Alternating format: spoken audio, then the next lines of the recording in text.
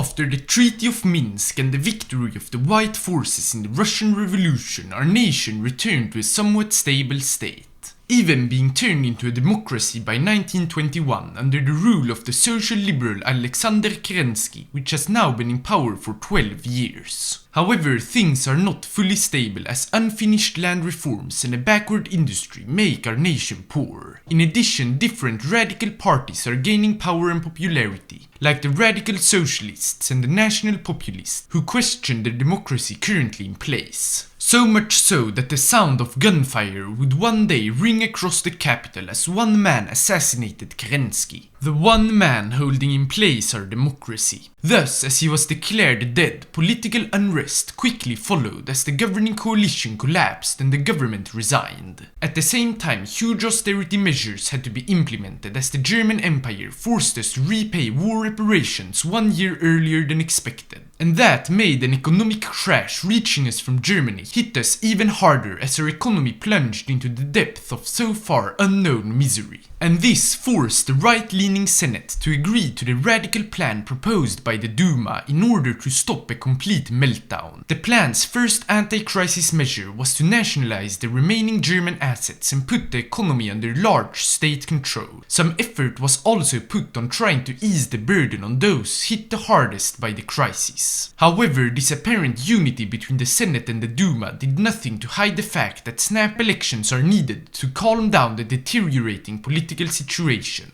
And so the Duma was dissolved and the elections were called. Almost immediately the left-wing parties, which had managed to already outmaneuver the national populists, formed the Popular Front to combat the right. The center-right also united, but after the death of Kerensky they have lost most of their previous popularity, giving way to the strong left union. And thus, once the election arrived, the socialists scored a huge victory, with the Mensheviks coming on top.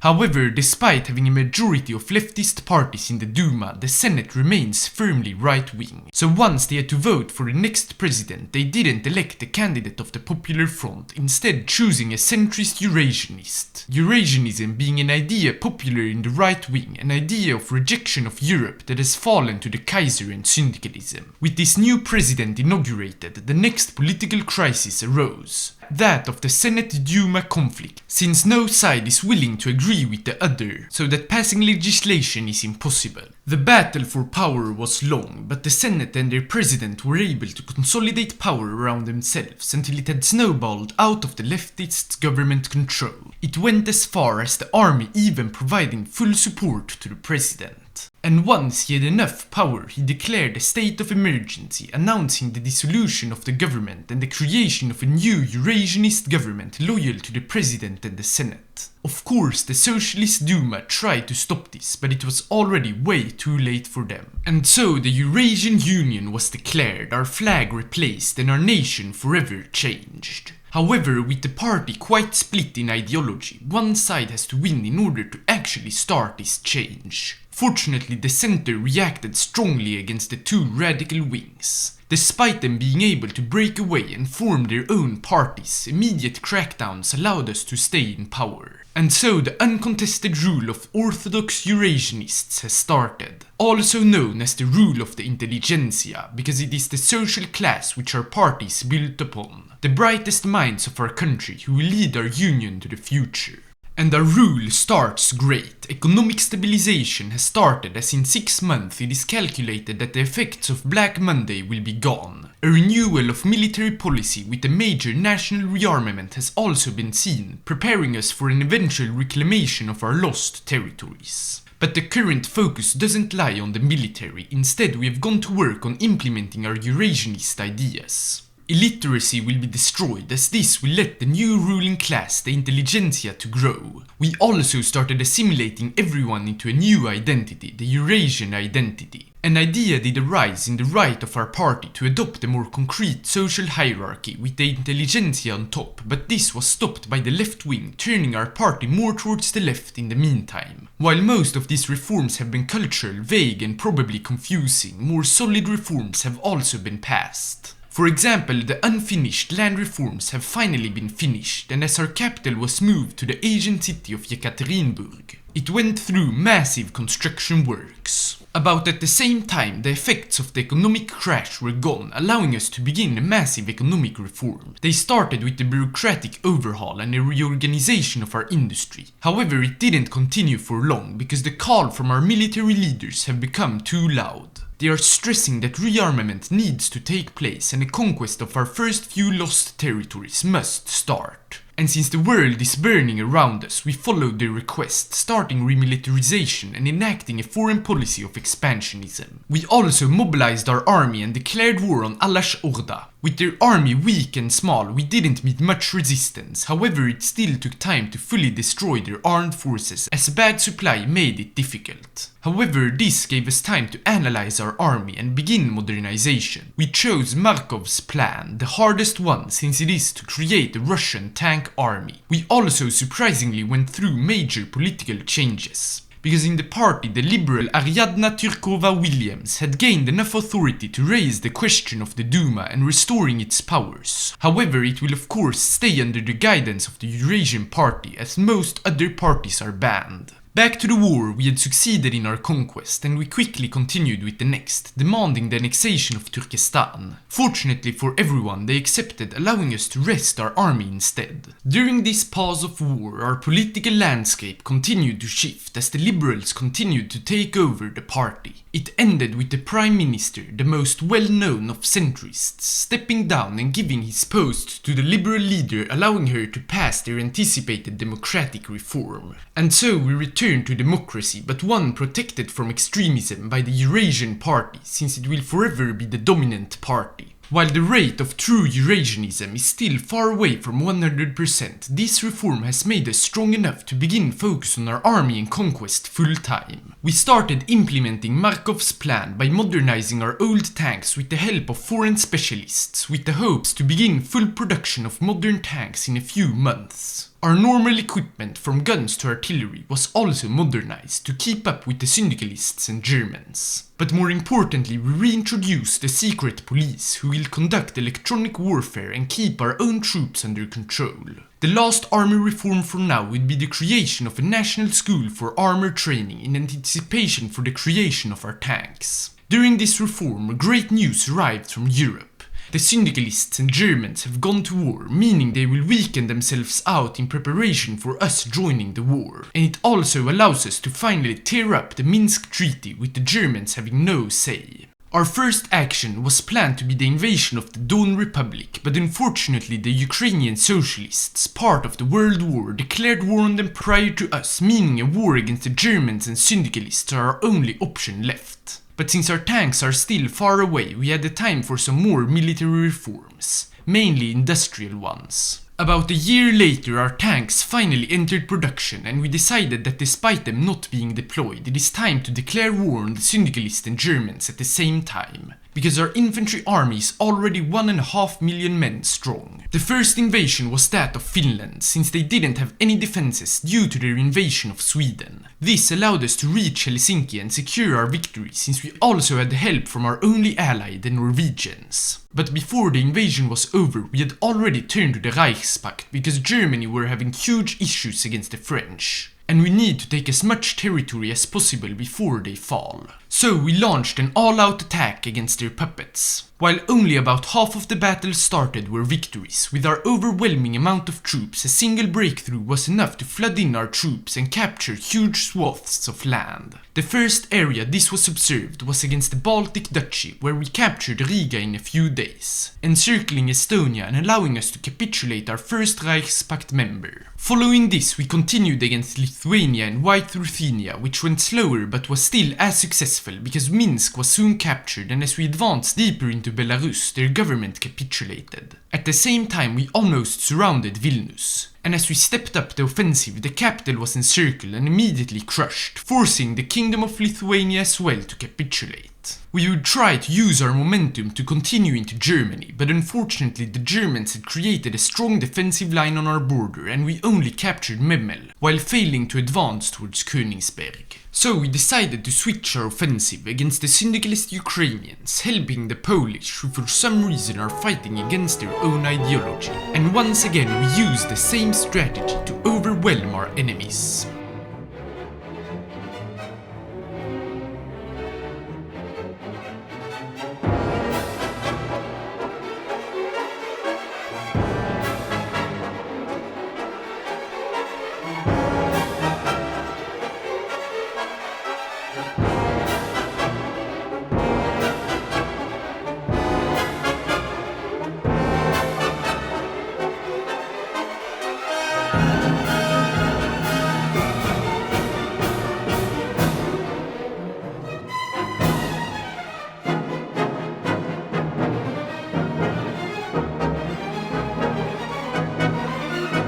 After a long struggle, the Ukrainians and their Cossack allies finally capitulated, but before we had the time to move our troops anywhere else, news arrived that the French had entered Berlin, and a few days later the Reichspakt collapsed and was forced to unconditionally surrender to the syndicalist forces. Fortunately, it also benefited us as we could secure all of Eastern Prussia. And thus, the true battle of Paris against Yekaterinburg has begun, and right at this moment our tanks were finally deployed, as well as our first interceptor aircrafts taking to the skies. However, the first battle won't be in Germany, it will be in Poland, since the syndicalists have already reached Warsaw and we must capture as much of their land as possible right now. So we attacked from everywhere, using our tanks for the first time, but not according to Markov's doctrine. After some days, Polish Ukraine was captured by us and a border with the syndicalists solidified from Danzig down to Lvov. Almost immediately we assembled our tanks in East Prussia and started an offensive along the coast. Supported by infantry, we were able to break through, showing for the first time the strength of our tanks, since we could reach Danzig and cross the Vistula without any difficulties. After a quick pause, we would continue by trying to push out all syndicalist forces on our side of the river in a two-pronged encirclement operation. Unfortunately, their defenses were too strong and we never succeeded, only being able to encircle 7 divisions. Quite a few months later, of only stalemates, we were finally ready to launch our next operation, as another 12 tank divisions were now deployed. Once again it was staged along the coast, but this time it started much better, because after only a few days we encircled their forces closest to Danzig, leaving Pomerania open. We of course utilized this to reach all the way to the outskirts of Stettin. However, we never entered the city center as we had issues crossing the Oder and Varta river. Nonetheless, we continued pushing, but now with an objective to move south towards Bohemia to massively surprise the syndicalists. But in the end we got the breakthrough we searched for in the furthest east of our attack, eventually reaching Breslau and the Bohemian border. And so all of Poland has been encircled, with probably more than half of the syndicalist forces directed against us in it. And to their horror, we held back any attempts to reopen the encirclement. This, together with the fact that our industry is larger than any one of our enemies and our air force is wreaking havoc on the French and British, means that the tide of the war has tipped even more to our side. To destroy all enemy forces was quite boring, but by slowly wearing them down we eventually succeeded. And thus our total number of casualties inflicted on the French only is over 2 million, which can be seen by the fact that we greatly outnumber them in Germany. So before they could reinforce the front, we launched an invasion of mainland Germany. Breaking through immediately, our tanks arrived to Leipzig in a few days, but unfortunately due to there being no supply line to the city, we didn't achieve our second objective of turning north and capturing Berlin. However, despite this loss and enemy reinforcements arriving, we found another area to attack in the center north. Here, breaking through was a bit harder, but once we did, Stettin was encircled and we drove along the coast all the way to Hamburg, even being able to secure a bridgehead over the Elbe River. With advances in the north and south of Berlin, the next step was of course to encircle the city. And that we did. Several months later, all of Germany has been captured and we stand at the door into France, the Rhine River. Fortunately, we already have our foot in the door, allowing our brand new tanks to be used. After some days of battle, we finally broke through and drove quickly towards Luxembourg, while another part of our army went into Flanders. Everything went well at first and we reached Luxembourg. However, our 4 tanks driving into Flanders were encircled as reinforcements surprised us, fully stopping our attack.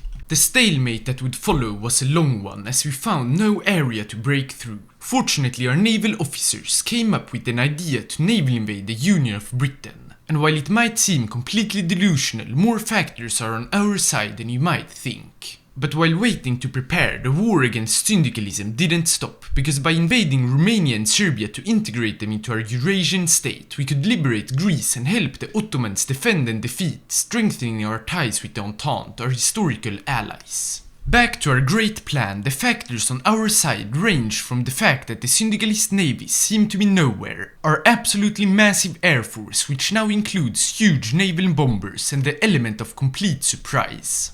The plan is to land from Ipswich all the way to south of Newcastle, and since we know that the port in East Anglia is undefended, we will also send in our tanks. After preparing for some months, we launched the invasion.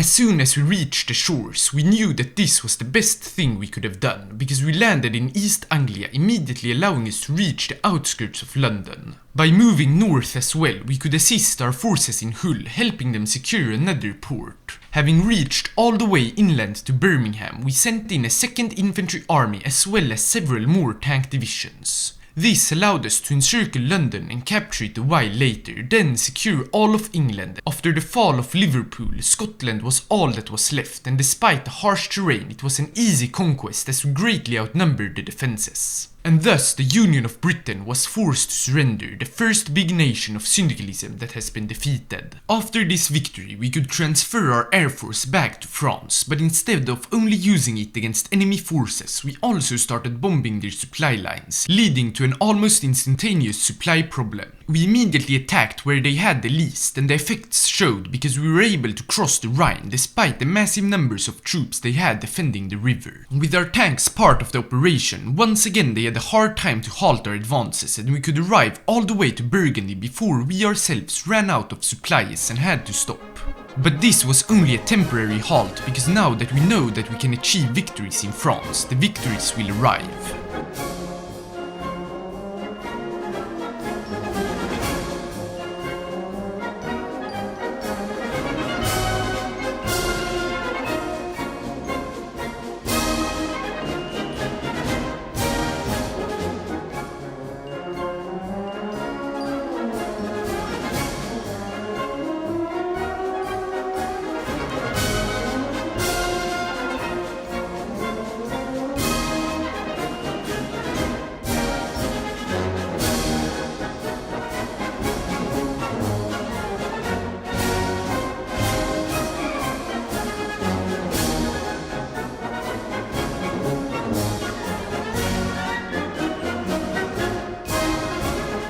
After many more victories, the final one arrived with the fall of Italy, because after this the syndicalist forces of the world capitulated and we entered peace negotiations. While we had been the ones who liberated all of Europe, we transferred Western Europe to the Entente and the French as a gesture of goodwill and to get them to keep out of our future wars. And we indeed have some conflicts left, but first we established a band of puppet regimes going from Denmark down south to 2 Sicilies. But back to our conflicts. The first is against the Donau-Adria Bund, which we basically already encircle, and with all factors on our side, from experience to numbers to equipment, the victory was quick, and it took less than a month to defeat what was previously one of the strongest empires in Europe. The peace deal was quick, everything was annexed into us except Austria itself, and so Europe has been secured. However, our name isn't the European Union, it is the Eurasian Union. And our Asian expansionism has long been forgotten. Fortunately, we could quickly restart it, because as soon as our soldiers from Europe arrived to the east, we declared war on the Japanese faction to retake Vladivostok, starting the Second Russo-Japanese War. We started the war with an invasion of Mongolia, which was simple since most co-prosperity forces were either fighting in India or Australia. Then, once about half of the country was captured, we entered Buryatia with our tanks, the last puppet before the Siberian Authority. With few divisions, the country was swiftly captured, and we only started meeting real resistance once we reached the authority. But despite being outnumbered locally, our tanks were strong enough to capture a supply hub and allow our infantry to encircle all forces in Mongolia.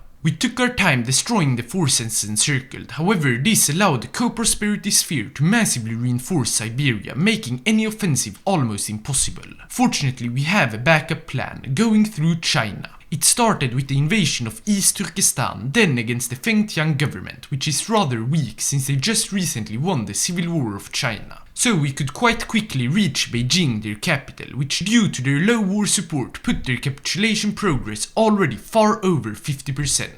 This meant we only had to capture Manchuria, which wasn't a hard task. The only time it became hard was when we reached the river defending Shenyang, because right about here we started running out of supplies. Fortunately, a shipment of new weapons soon arrived, so we could cross the river, capture Yingkou, and once we arrived to Shenyang, the Chinese government capitulated.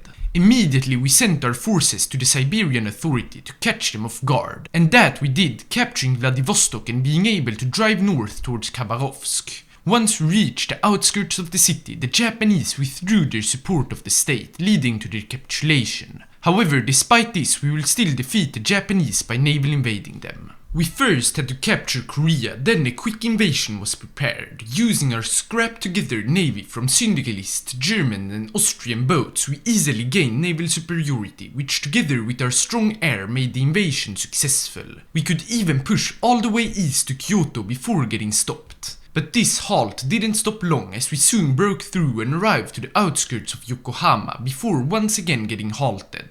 Fortunately, we had a new invention which obliterated their defenses, allowing us to enter Tokyo and drive north almost uncontested until the Japanese forces had all capitulated. And so our Eurasian dream has been achieved. Our great nation is spread from Poland all the way to Japan. Our industry is by far the most superior in the world, with only the USA being closest, and this is before we even have integrated all our lands. Anyways, thanks so much for watching, and I hope to see you in the next video.